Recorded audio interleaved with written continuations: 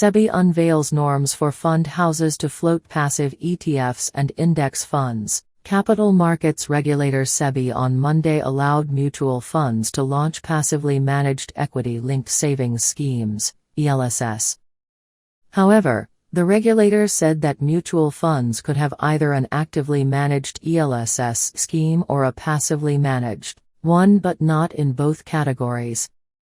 The passive ELSS scheme should be based on one of the indices comprising equity shares from top 250 companies in terms of market capitalization, the Sebi said in a circular. The move will allow new fund houses that are especially focusing on passive schemes to float a passively managed ELSS fund.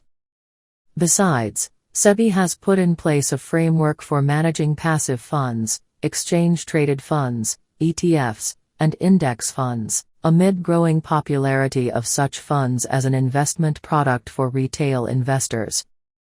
The new framework would come into effect from July 1 and would be applicable to all existing ETFs and index funds, the Sebi said. Under the framework, the regulator has laid down guidelines for debt ETFs and index funds, its constitution, market-making framework for ETFs, investor education and awareness charges, disclosure guidelines and other provisions. Considering the emergence of passive funds, ETFs and index funds as an investment product for retail investors globally and various advantages of passive investing like transparency, diversification, lower cost, a need was felt to review the regulatory framework for passive funds in India, the market's regulator said.